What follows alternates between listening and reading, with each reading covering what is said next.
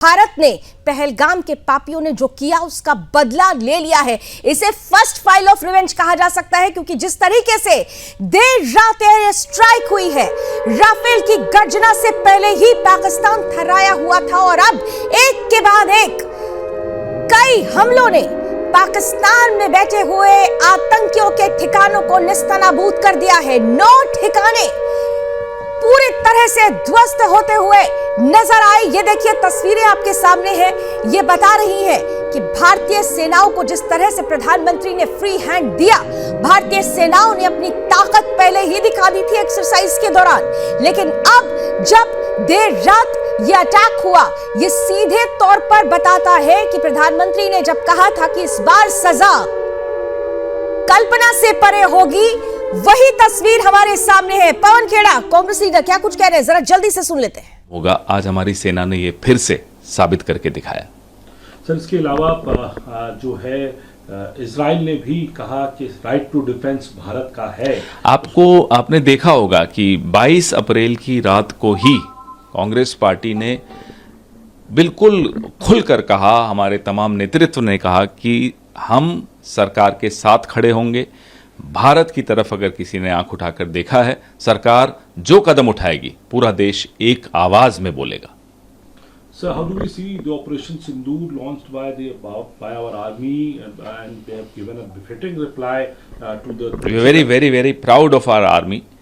Anybody who dares to launch terror attacks on our soil against our innocent civilians will meet the same fate. The Indian National Congress, as you remember, on the night of 22nd of April, the day this Pahalgam terror attack happened, had unequivocally stood out in support of the government and said that the entire country will speak in one voice, will stand behind the government.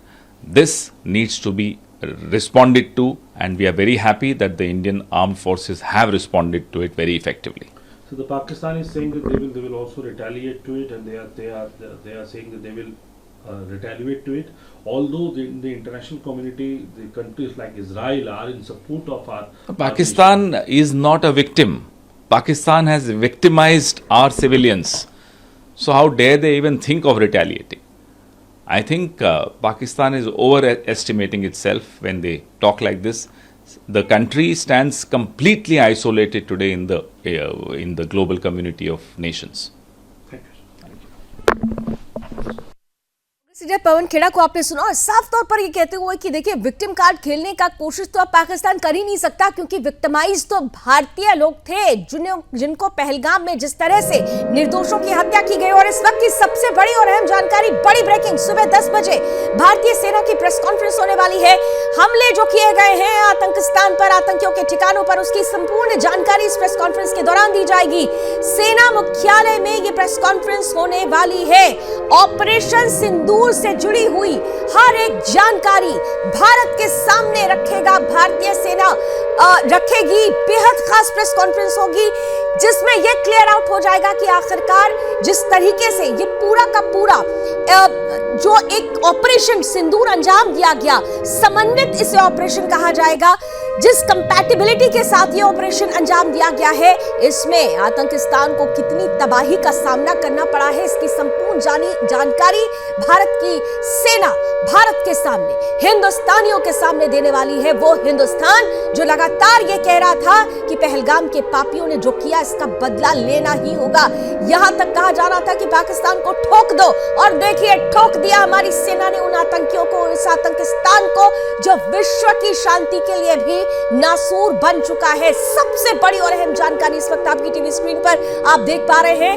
हमले की जानकारी, संपूर्ण जानकारी सुबह 10 बजे भारतीय सेना की प्रेस कॉन्फ्रेंस में दुनिया के सामने आ जाएगा कि आखिरकार भारतीय सेना ने इस बार जिस ताकत का प्रदर्शन किया है वो पाकिस्तान के लिए किस कदर, आतंकिस्तान के लिए, आतंकियों के लिए किस कदर एक बड़ा सबक साबित हुई है।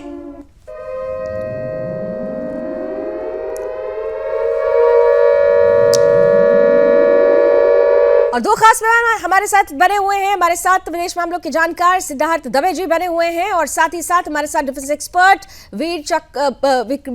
चक्र प्राप्त विजेता है हमारे साथ रिटायर्ड कर्नल टीपीएस त्यागी सर है।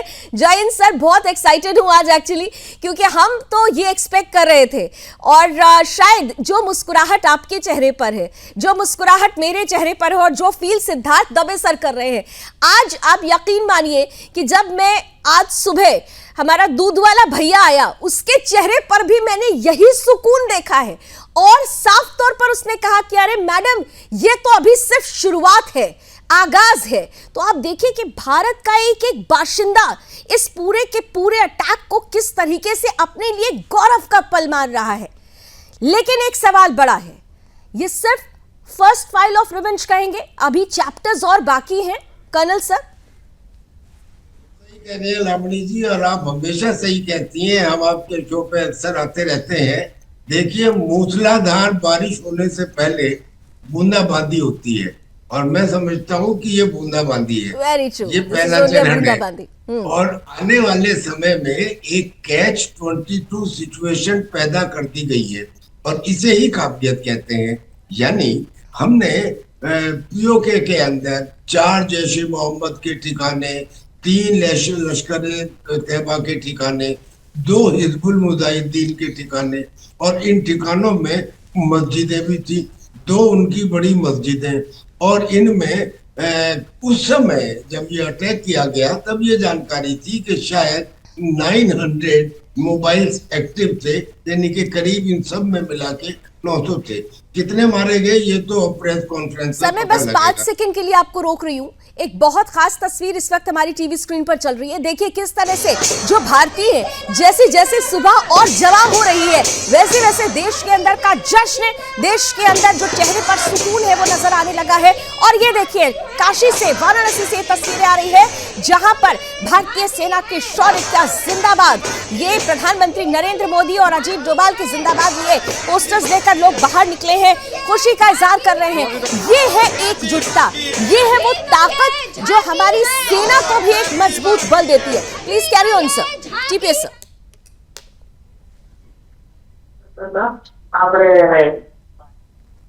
जी टीपीएस सर, प्लीज कंटिन्यू कीजिए।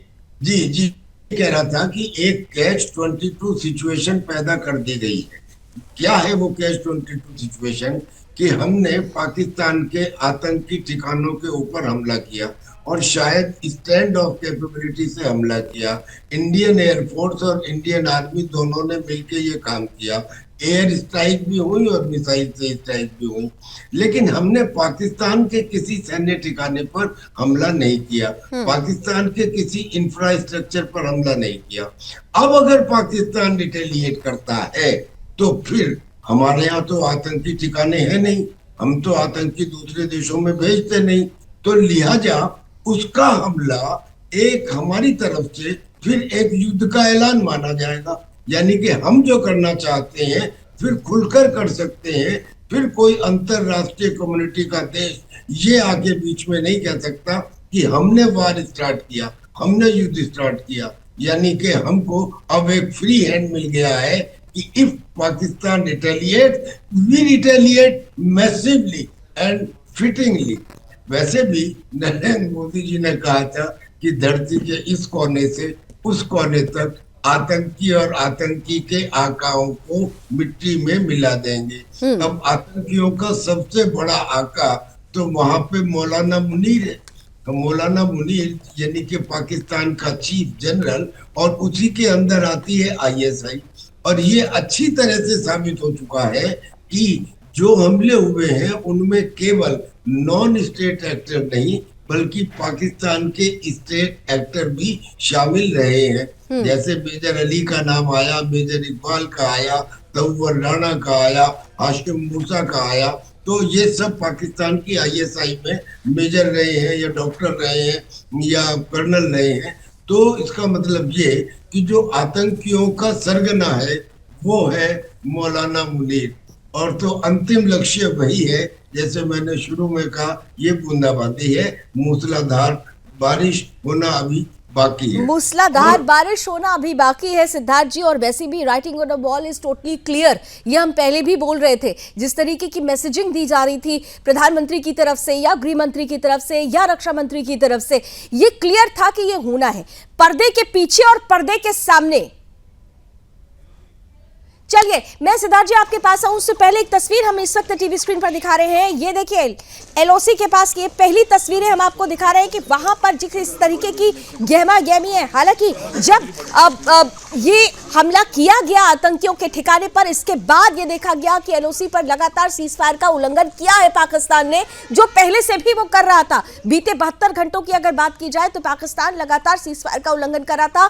सेना इसका माकूल जवाब दे रही थी, लेकिन इस अटैक के बाद से जिस तरीके से भारत ने ये बदला लिया है, बदले का भी हम कह रहे हैं कि पहला चैप्टर, जैसा कि अभी कर्नल से कह भी रहे थे कि ये तो बस अभी बूंदाबांदी है, भारी बारिश होना अभी बाकी है, लेकिन उसके बाद की जो स्थिति है वो आपके सामने है। और इन्हीं तस्वीरों के साथ सिद्धार्थ सर, जो मैं सवाल कर रही थी कि इंपॉर्टेंट ये है कि हम जो प्रधानमंत्री ने कहा कि इस बार जो सजा दी जाएगी वो कल्पना से परे होगी, पाताल से भी हम ढूंढ कर आतंकियों का खात्मा करेंगे, जो कहा गया वो होता हुआ नजर आ रहा है। लेकिन सबसे महत्वपूर्ण बात यह है, जैसा कि अभी कर्नल सर भी कह रहे थे, सेना का इन्वॉल्वमेंट, पाकिस्तानी फौज का इन्वॉल्वमेंट जिस तरीके से इस पूरे के पूरे प्रकरण में हमेशा से रहा है, क्या यह जरूरी है कि केवल आतंकियों और आतंकियों के ठिकाने को ही निस्तानाबूद न किया जाए, बल्कि उन फौजियों पर भी अब एक आक्रमण होना चाहिए जो इसके पीछे एक सपोर्ट सिस्टम के रूप में खड़े रहते हैं पाकिस्तान के लिहाज से? जी, क्या आप मुझे सुन पा रहे हैं लावणी जी? बिल्कुल दबे जी, बिल्कुल। जय Hind. Sudarshan sir. News channel के सभी दर्शकों को नमस्कार। देखिए, आज सुबह होते ही जिस तरह से हमने देखा कि आतंकवादी साइट्स और आतंकवादियों पे बार बार हो रहा है वार, भारतीय सेना है चेतक पे सवार। तो ये जैसे कि बताया गया कि शुरुआत है। दो बहुत इंपॉर्टेंट बात मैं आपको बताना चाहूंगा कि ये 9 ठिकानों पे ये भारतीय सेना ने अटैक किया है। ये पूरा कोऑर्डिनेटेड और एक सिंक्रोनाइज आर्मी, नेवी और एयरफोर्स तीनों सर्विसेज को मिला के अटैक हुआ है। किंतु जो बहुत इंपॉर्टेंट बात है वो ये है कि भावलपुर, मुरीदपुर और चक अमरू, ये तीनों साइट्स ऐसे हैं, इंक्लूडिंग सियालकोट, चारों साइट्स ऐसे हैं जो कि पाकिस्तान में हैं। बाकी जो 5 लोकेशंस हैं वो तो कहा जाता है कि वो पाकिस्तान ऑक्यूपाइड कश्मीर में है, जैसे मुजफ्फराबाद हो गया, कोटू हो गया, गुलपुर, भीमबेर हो गया। किंतु ये बात जो है जिसको हम कहते हैं कि पाकिस्तान में घुस के मारा है, जैसे कि साइट मैंने आपको बताया सियालकोट, चकमरू, और इसमें जो मुरीद के है ये तो लाहौर के बिल्कुल पास है। तो इससे अब जैसे कि हमें बताया गया था कि आज हर जगह पे मॉक ड्रिल्स होगी। कल रात को भी आपके साथ कार्यक्रम में, मनीष जी के साथ कार्यक्रम में हम यही चर्चा कर रहे थे कि मॉक ड्रिल होगी। किंतु यही बात, यही सरप्राइज एलिमेंट मैं हमेशा से सुदर्शन न्यूज पे कहता आया हूं, जो सरप्राइज एलिमेंट जो है वो नरेंद्र मोदी की स्ट्रेटेजी का बहुत बहुत अहम हिस्सा है। जब हम हमेशा डिबेट कर रहे थे कि कब होगा वार, कब होगा वार, और ये देखिए ये हो गया हमला, और अब होगा हमला बार बार। मुझे लगता है कि अब अरसलान हसीब साहब को जरूर जोड़ लेना चाहिए, क्योंकि उन्होंने कहा था अभी, आप ही थे दवे साहब हमारे साथ उस डिबेट में, और उन्होंने ये चैलेंज किया था कि आप लोग सिर्फ बोलते हैं, और हमने तब भी कहा था कि हम गरजने वाले बारिश नहीं है, हम तो वो हैं जो कहकर हमला करते हैं, जो साफ तौर पर सीना ठोक कर सामने से। बिल्कुल। और दूसरी बात लावनी जी, क्योंकि उन्होंने धर्म पूछा था, और जो आपके आए थे पाकिस्तान के हरसलान, वो भी धर्म की बात कर रहे थे, इसलिए मोदी जी ने जो नाम दिया वो भी ऑपरेशन सिंधु नाम दिया है। It is a great tribute to all the women forces, जो जितनी भी हमारी महिलाएं हैं जो कि सेना में हैं, और ये जो 26 हमारे हिंदू भाई मारे गए उनकी भी जो बेवा है उनके लिए भी ये एक बहुत बड़ा ट्रिब्यूट है। ये नामकरण भी जो पूरा रखा गया है ऑपरेशन सिंदूर, ये भी बहुत कुछ किया जाता है, ये भी बहुत कुछ किया जाता है। संजीदगी दिखाता है, ये संजीदगी दिखाता है कि जब आपकी लीडरशिप,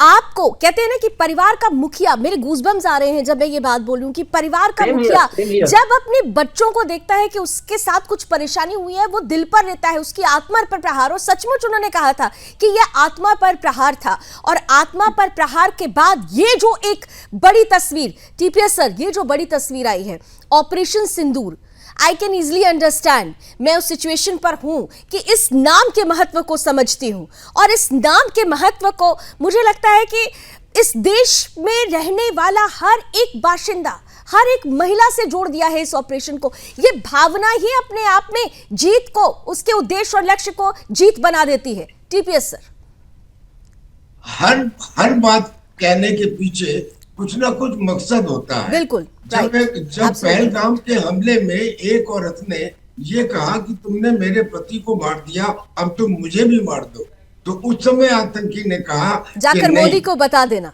जाके मोदी को बता देना। मोदी ने बता दिया, मोदी ने बता दिया कि हाँ, ये सिंदूर की कीमत तुम्हें चुकानी पड़ेगी, और सिंदूर की कीमत उन्हें चुकानी पड़ी, ये सबके सामने है। और अभी सिंदूर के साथ में पूरा हिंदुस्तान जुड़ गया।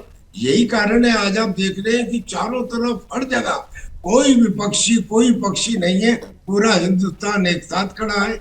जो सेना ने कार्य किया है उसकी तारीफ कर रहा है, और हम जैसे जो फौजी हैं वो इस बात को कह रहे हैं कि अभी पर्दे के पीछे से आतंकियों को सपोर्ट करने वाले लोगों पे कार्यवाही करना बाकी है। और इसीलिए मैं कह रहा हूं कि अभी ये ट्रेलर है, पिक्चर देखना बाकी है।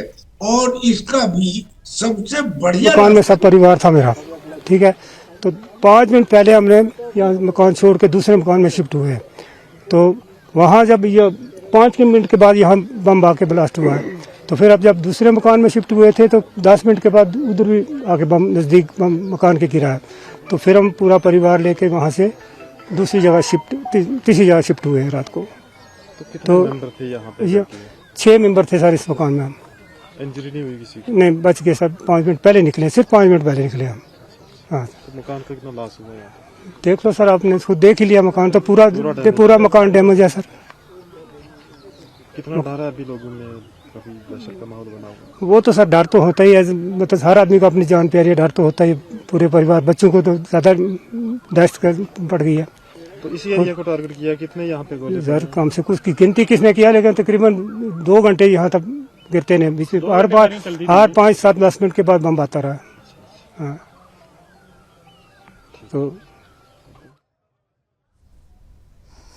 हम ये सुन रहे थे कि जो जिस तरीके से पाकिस्तान ने बाद में बमबारिंग की है, सीज़फायर का उल्लंघन किया है, उसके बाद की जो सिचुएशन थी, जो सीमा पर जो लोग थे उन्होंने उनकी आंखों देखी, इस वक्त आप सुन रहे थे। और टीपीएस सर, आप बिल्कुल ठीक कह रहे थे कि ये दरअसल जो जिस पर हम बात कर रहे थे ऑपरेशन सिंदूर पर, कि एक मैसेज बहुत स्ट्रांग, और जो बातें वहाँ पर आतंकियों द्वारा कही गई थी, और जिसका माकूल जवाब, जिसका एक प्रॉपर जवाब मोदी से कह देना, तो मोदी ने वो जवाब दे दिया है। लेकिन अभी ये कहा जा रहा है, मैं आ रही हूँ सिद्धार्थ सर, जरा सा टीपीएस सर से ये चीज कंप्लीट करवा लूं, क्योंकि जो जवाब दिया गया है, इसे जैसे मैंने पहले भी कहा कि फर्स्ट फाइल ऑफ रिवेंज जिसे कह सकते हैं, फर्स्ट चैप्टर कह सकते हैं उस फाइल का, तो ये जो सेकेंड चैप्टर होगा वो कितना क्रूशियल होने वाला है।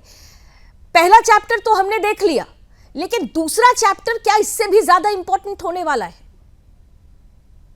मोदी जी ने कहा था और देश कह रहा है कि धरती के इस कोने से उस कोने तक आतंकियों के और आतंकियों के आकाओं को मिट्टी में मिला दिया जाएगा। अब आतंकियों के आकाओं में आते हैं जैश ए मोहम्मद, लश्कर ए तैयबा, हिजबुल मुजाहिदीन, और प्लस इनको सपोर्ट करने वाले अपनी जान बचाने के लिए, अपने अस्तित्व को बचाने के लिए, अपने सैनिकों को बचाने के लिए इन आतंकियों को 72 गुणों का ख्वाब दिखाकर भेजने वाले वो आईएसआई। और आईएसआई आती है पाकिस्तान आर्मी के अंतर्गत, यानी कि पाकिस्तान आर्मी। और पाकिस्तान आर्मी का जो मौलाना या जनरल है मुनीर, जिसने हिंदू मुसलमानों के बीच में इंस्टेबिलिटी क्रिएट करने के लिए दरार डाली और ये कहा कि हिंदू और मुसलमान, इनके रीति रिवाज अलग, इनके धर्म अलग, इनकी सोच अलग, इनकी महत्वाकांक्षा अलग, और हमारी कोई कॉमन हेरिटेज नहीं है, हम अलग अलग हैं। और हमारी सुपीरियर आइडियोलॉजी, यानी कि वो बोलता है अपने लोगों से कि अपने बच्चों को और बच्चे के बच्चों को बता देना कि पाकिस्तान की सुपीरियर आइडियोलॉजी है, यानी कि इस्लाम की और की सुपीरियर आइडियोलॉजी है। ये खाई क्रिएट करने वाला तो वो था, उसके बाद हुआ पहलगाम में अटैक। तो इसका जो सूत्रधार है, जो कर्णधार है, जो प्राणधार है, वो जनरल मुनीर है। तो जनरल मुनीर या उसकी आर्मी के ऊपर कुछ ना कुछ एक्शन होना बाकी है।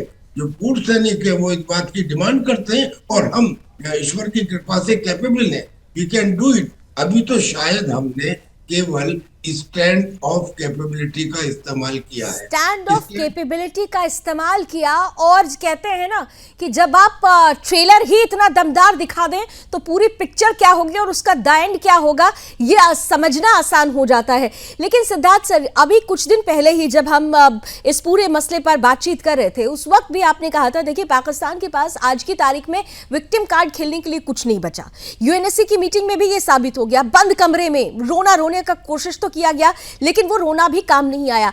दुनिया भर के अगर देशों की बात करें, सीधे तौर पर भारत के साथ स्टैंड करते हुए नजर आए कि आतंक के विरोध इस लड़ाई में हम आपके साथ खड़े हैं। अमेरिका की तरफ से जो स्टेटमेंट आया इस बड़े बदले के बाद भी अमेरिका से जिस तरीके से बातचीत हुई और जिस तरीके का रिएक्शन आया, वो ये बताता है कि पाकिस्तान इस बार अलग थलग पड़ चुका है।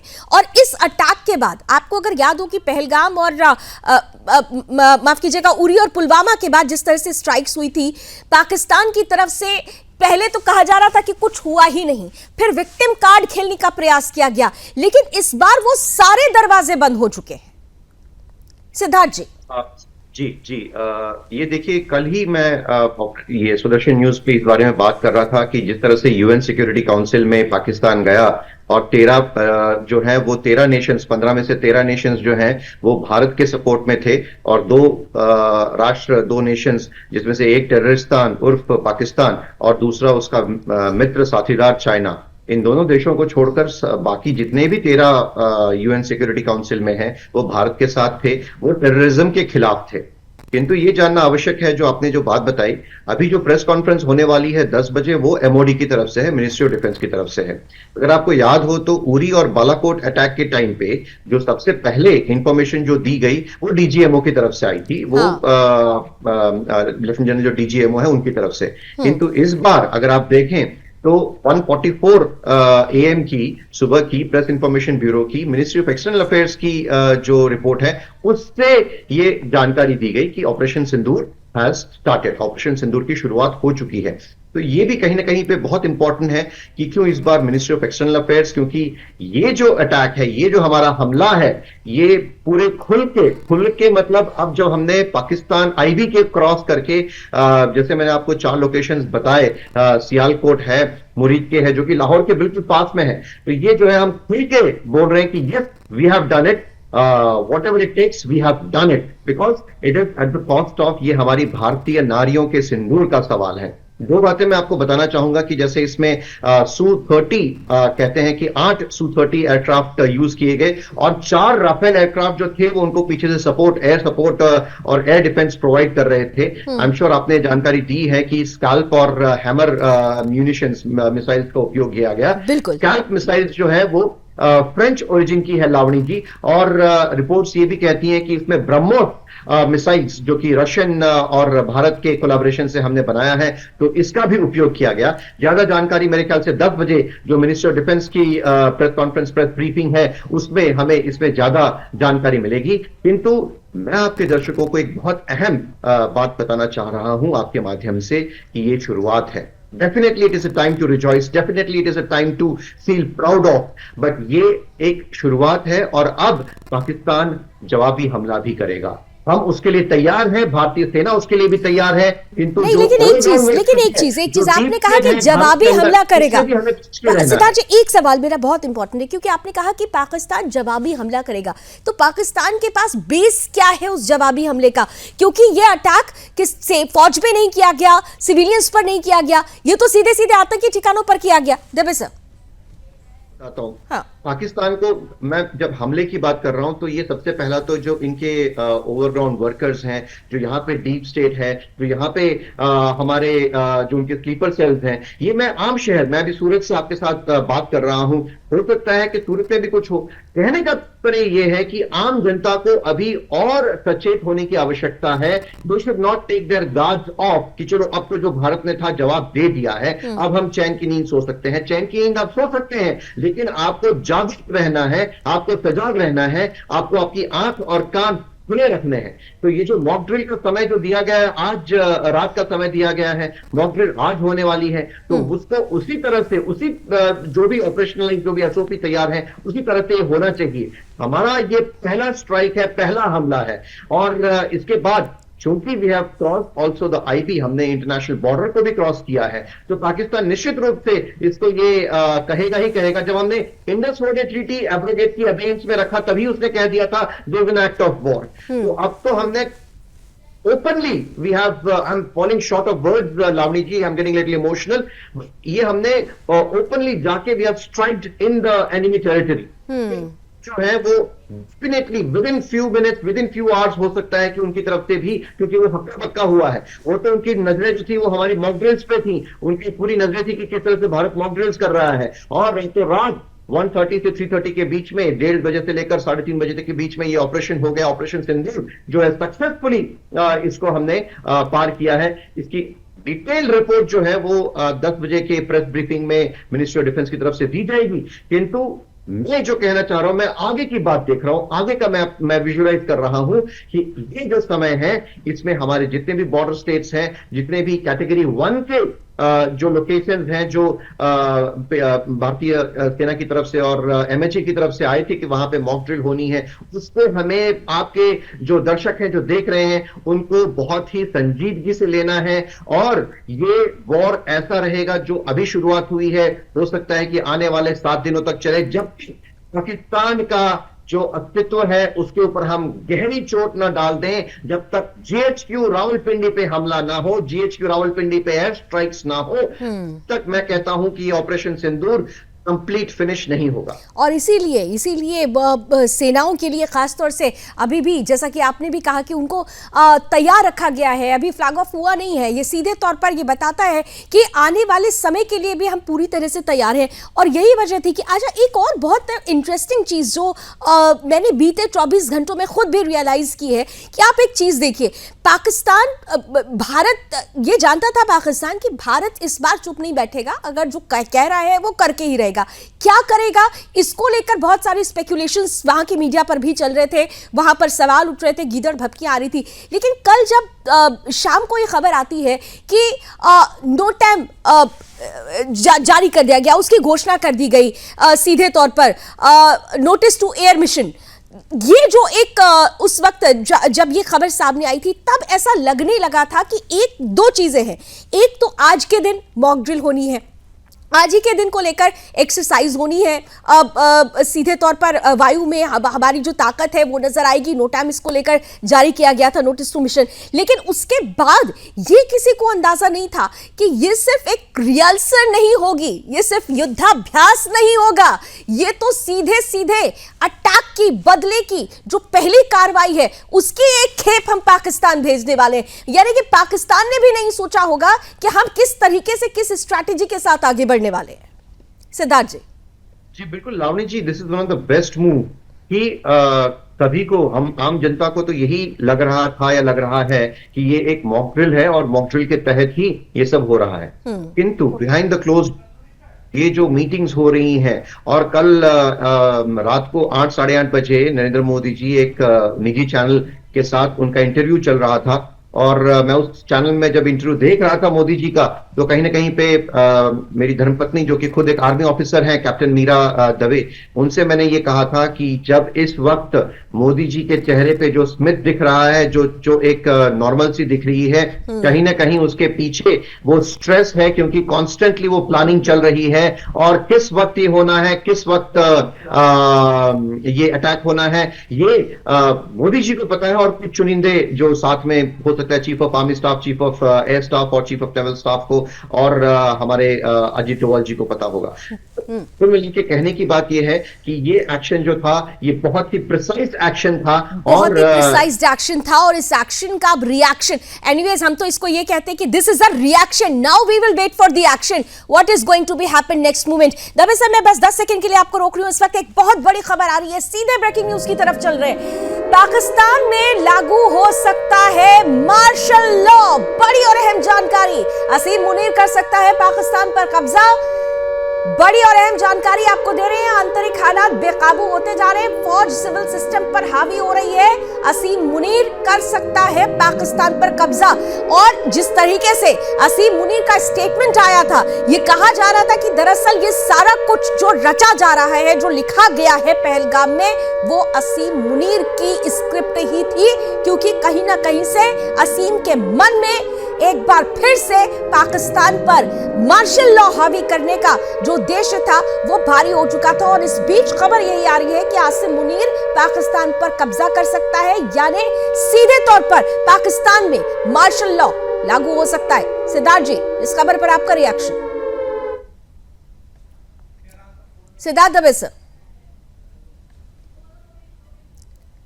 चलिए, मुझे लगता है शायद सिद्धार्थ जी से भी हमारा संपर्क टूट गया है, लेकिन इस बीच मेरे साथ ग्राउंड जीरो से लगातार जम्मू कश्मीर से रोहिल, मेरे सहयोगी, जो खबर लगातार आपको दे रहे थे, इस वक्त रोहिल जुड़ चुके हैं। रोहिल, ताजा हालात जरा बयां कर दीजिए। रोहिल, क्या आप मुझे सुन पा रहे हैं? जी जी जी रोहिल, ताजा हालात जरा बताइए कि इस वक्त क्या सिचुएशन है, लेटेस्ट अपडेट।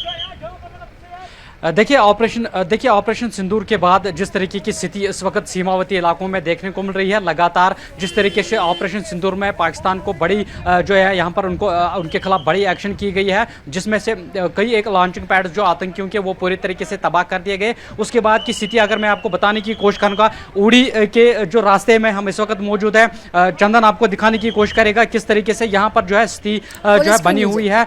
इस ऑपरेशन के बाद जो ऑपरेशन यहाँ पर चलाया गया, उस ऑपरेशन के बाद जगह जगह पर जम्मू कश्मीर पुलिस और सीआरपीएफ के नाके जो है वो लगा दिए गए हैं, और दूसरी जानिब से पाकिस्तान जो है लगातार अपनी हरकतों से बाज नहीं आ रहा है। उनकी तरफ से आर्टिलरी शेलिंग जो है लगातार कई एक एलओसीज पर की गई है, जिसके नतीजे में 3 जो स्थानीय है उनकी मौत हो गई है। और उसके बाद अगर टंगडार सेक्टर की बात करें, वहां पर भी जो रिहायशी इलाके हैं उनको यहाँ पर निशाना बनाया गया है, और पूरी तरीके से इस वक्त स्थिति जो है तनावपूर्ण बनी हुई है पूरे सीमावर्ती इलाकों की। साथ ही साथ अगर पूंछ मेंढर की बात करें तो वहां पर भी पाकिस्तान की जो नापाक साजिश है वो लगातार सामने आ रही है, और लगातार आर्टिलरी फायर्स जो है वो वहां से दागे जा रहे हैं, लेकिन भरपूर तरीके से यहां पर भारतीय सेना जो है उसको मुंह तोड़ जवाब दे रही है। लेकिन जिस तरीके से आपको याद होगा 22 अप्रैल को किस तरह से पहलगाम के बैसरन घाटी में आतंकी हमला हुआ, जिसमें 26 पर्यटकों की जो है हत्या की गई। उसके बाद लगातार पूरा देश जो है ये मांग कर रहा था कि एक्शन जो है वो बड़ी होनी चाहिए, जो आतंकी आका है उनके खिलाफ बड़ी कार्रवाई यहाँ पर हो जानी चाहिए। उस कार्रवाई को यहाँ पर भारतीय सेना, वायुसेना और सभी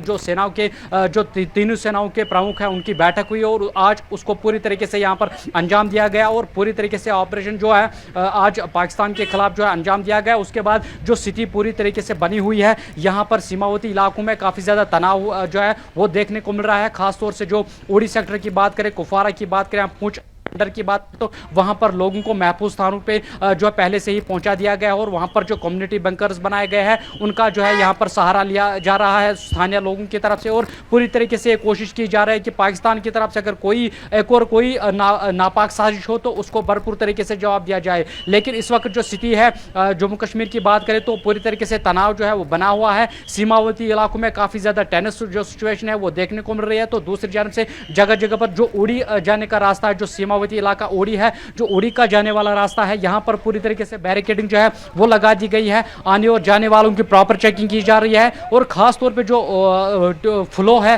लोकल्स का वो उड़ी की तरफ जाने नहीं दिया जा रहा है।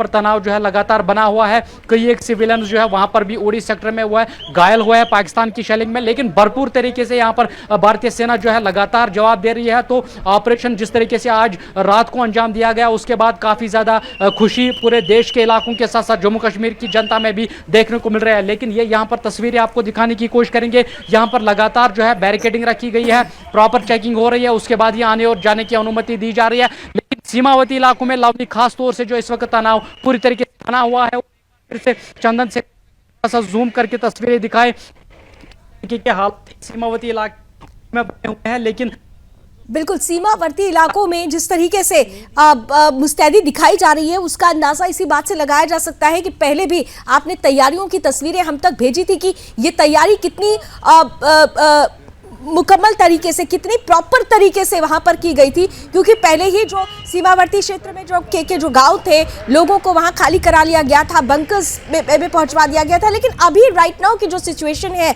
जिस तरीके की तस्वीरें रोहिल आप दिखा रहे हैं, वहां पर दो चीजें मैं जानना चाहती हूँ। एक तो अभी हम सीधे तौर पर ये नहीं कह सकते कि इसके बाद पाकिस्तान रिटेलिएट नहीं करेगा, और अगर पाकिस्तान की तरफ से रिटेलिएट किया जाता है तो उस सिचुएशन को लेकर क्या तैयारी है, क्योंकि 3 बजे हमने देखा था कि सीजफायर का उल्लंघन होता है, भारतीय सेना ने उसका जवाब दिया, लेकिन उसके बाद से अभी तक सीजफायर का उल्लंघन नहीं किया गया है भारतीय सेना ने जब इसका माकूल जवाब दिया है। तो नेक्स्ट जो फेज है वो कितना इंपॉर्टेंट है और उससे लेकर क्या तैयारियां आपको ग्राउंड पर नजर आ रही हैं, रोहिल? देखिए लावनी, तैयारियां पूरी तरीके से मुकम्मल है, क्योंकि पूरी तरीके से हर कोई जानता है कि अब पाकिस्तान जो है लगातार अपनी हरकतों से बाज नहीं आएगा। अब वो किसी न किसी गड़बड़ के जो है फिराक में वो पूरी तरीके से जो है उसकी प्लानिंग कर रहा होगा। लेकिन उसके चलते यहाँ पर सभी सेनाओं को अलर्ट मोड पे रखा गया है। और जो साथ ही साथ जो श्रीनगर का एयरपोर्ट है, फिलहाल वहाँ पर जो है सिविलियन फ्लाइट जो है फिलहाल सस्पेंड कर दी गई है, उसको टेक ओवर जो है वायुसेना ने श्रीनगर के एयरपोर्ट को टेक ओवर किया है। और उसके साथ साथ अगर बात करें, अगर जो जिस तरीके के हालात इस वक्त बने हुए हैं, पाकिस्तान अगर कोई भी हरकत करता है तो उनको पूरी तरीके से मुंहतोड़ जवाब दिया जाएगा। इसके लिए पूरी तरीके से सेना के साथ साथ जो वायुसेना है, नेवी है, उनको अलर्ट मोड पे रखा गया है। 10 बजे प्रेस ब्रीफिंग होगी, प्रेस ब्रीफिंग में क्या जानकारी मिलेगी? 10 सेकंड के लिए रोक रही हूं। हमारे साथ इस वक्त सचदेव सर है। If you hit us, any nation, if you harm our interests of any kind, any nation, India will provide a equivalent response. It's a tit for tat. And I think I've been talking about it. It is a very well thought out strategy, because this terminology and the philosophy of tit for tat, especially President Trump very well understands, and Marco Rubio and Hegseth and America's leadership, they understand this analogy. Even the score, we have been it, I have to hit back. So that is our doctrine. So justice has been served, absolutely. Our doctrine of tit for tat has been demonstrated, and it has been demonstrated not only to Pakistan, to the world at large, and also, by the way, remember, in the subcontinent, because there are other nations in our subcontinent who have been also needling us off and on. Okay, surely not in military sense, but otherwise, Bangladesh, Sri Lanka, Maldives, once in a while Nepal. Though we maintain very balanced relations with all of them, but I think it is and was and it is important for our other neighbors also to understand that India has muscle and India will punch. India is not a soft nation anymore. So Prime Minister tonight, the strike on all. तो Ravindra Sachdev defence expert हैं और farmer diplomat हैं। साफ तौर पर उन्होंने कहा कि जिस तरीके से साथ मिल रहा था और जिस तरीके से साथ मिला है, ये बताता है कि भारत का स्टैंड क्लियर था आतंक के विरुद्ध, और दुनिया भर के देश आतंक के विरुद्ध इस लड़ाई में भारत के साथ सीधे तौर पर स्टैंड करते हुए नजर आते हैं। रोहिल, मैं आपके पास जिस सवाल के साथ थी कि बाद की क्या प्रिपरेशन है, क्योंकि ये अभी मैं बार बार कह रही हूँ कि ये तो अभी बस पहला ही एक चैप्टर ओपन हुआ है, अब तो उस एक्शन का इंतजार है जो पाकिस्तान कर सकता है अगले कुछ घंटों में। उसकी तैयारी को लेकर आप जो पूरी जानकारी दे रहे थे, प्लीज उसे क्लियर कीजिए। देखिए जैसा कि सभी लोग जानते हैं कि पाकिस्तान जो है अब किसी रणनीति में ज़रूर होगा, कोई प्लानिंग जो है ज़रूर की जा रही होगी वहाँ पर पाकिस्तान में, क्योंकि जिस तरीके से उनके खिलाफ बड़ी कार्रवाई, बड़ी एक्शंस जो है यहाँ पर आज लिए गए और उसके बाद जो ऑपरेशन सिंदूर जो है उसको अंजाम दिया गया। उसके बाद लगातार ये जानकारियाँ आ रही हैं कि पाकिस्तान किसी बड़ी फिराक में है, लेकिन उसके चलते यहाँ पर तीनों सेनाओं के जो प्रमुख हैं उनको पहले ही अलर्ट पर रखा गया है। और एक बार फिर से आज जो है तीनों सेनाओं की प्रमुख जो है वो NS अजीत डोवाल से जो उनकी बैठक होगी, तो उसके बाद पूरे तरीके से ये निर्णय लिया जाएगा कि अगर पाकिस्तान की तरफ से कोई हरकत होती है तो किस तरीके से जो है उनको मुंहतोड़ जवाब। जी जी जी जी जी जी ठीक है, मुंह तोड़ जवाब किस तरीके से दिया जाता है इसकी तैयारी बिल्कुल हम समझ रहे हैं। और मुझे लगता है कि शायद रोहिल से हमारा संपर्क टूटा है। जरा एक बार फुल स्क्रीन ये तस्वीरें एक बार दिखा दीजिए हमारे दर्शकों को कि किस तरीके से पाकिस्तान को उसकी असली हैसियत, उसकी औकात भारतीय वायुसेना ने याद दिला दी है। और ये वो स्ट्राइक है जो ये बताती है कि हम जो कहते हैं वो तो करते ही हैं, जो नहीं कहते उसकी भी बड़ी तस्वीर पाकिस्तान ने देखी। 9 ठिकानों को निस्तानाबूद किया गया था, जिसमें लश्कर, हिजबुल और जैश के वो ठिकाने हैं जो खास तौर पर इनके गढ़ कहे जाते हैं। और ऐसे में जिस तरीके से भारतीय वायुसेना ने अपने शौर्य का प्रदर्शन किया है वो अपने आप में न केवल काबिले तारीफ है बल्कि पाकिस्तान के लिए एक ऐसी चोट है जो उसे ताउम्र अब सालती रहेगी। हालांकि जिस तरीके से भारतीय सेना ने इस पूरे के पूरे ऑपरेशन सिंदूर को अंजाम दिया है, ये एक कोऑर्डिनेटेड ऑपरेशन कहा जाएगा। याद होगा आपको कि जब 22 तारीख को अटैक हुआ था उसके बाद से ही पूरा देश सिर्फ एक बात कह रहा था कि जिस तरह से 26 निर्दोष लोगों की जान ली गई है, ठीक वैसी ही जान लेनी चाहिए उन आतंकियों की, उन आकाओं की जिन्होंने इस हमले को अंजाम दिया। इंतजार हुआ, पूरी तरह से वेल मैनेज्ड एक ऑपरेशन की रूपरेखा तैयार की गई।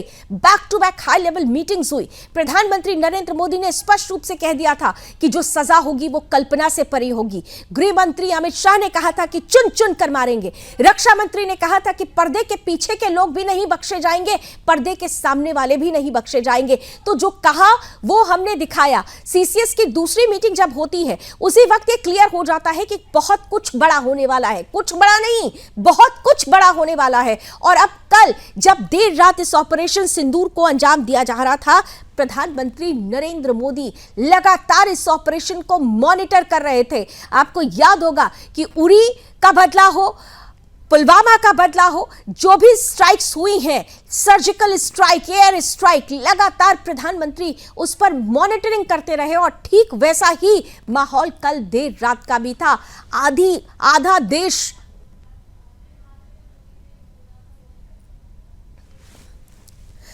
आधा देश जिस वक्त सो रहा था उस वक्त भारतीय वायुसेना वो कर रही थी जिसकी उम्मीद देश ने लगाकर रखी थी।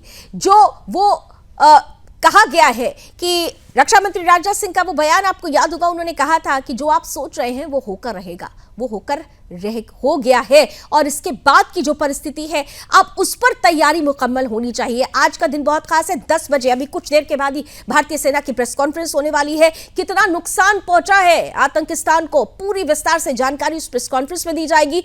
शाम 4 बजे का वक्त बेहद खास है क्योंकि आज पूरे देश में 200 से ज्यादा जिलों में आज मॉक ड्रिल होना है सिविल डिफेंस को लेकर, वो बहुत खास होने वाला है। लेकिन इन सब के बीच आपको हम वो बयान जरूर सुनाना चाहेंगे जहां पर प्रधानमंत्री ने एक प्रण लिया था, एक संकल्प लिया था देश के मुखिया होने के नाते। जो दर्द आतंकियों ने, आतंकिस्तान ने हमें दिया था, उस दर्द का मरहम क्या होगा और कितना खतरनाक होगा, ये उन्होंने बिहार की एक रैली में ही सीधे तौर पर परिलक्षित कर दिया था। क्या कुछ उन्होंने कहा था आपके सामने पर रखते हैं। आतंकियों की बची खुची जमीन को भी मिट्टी में मिलाने का समय आ गया है।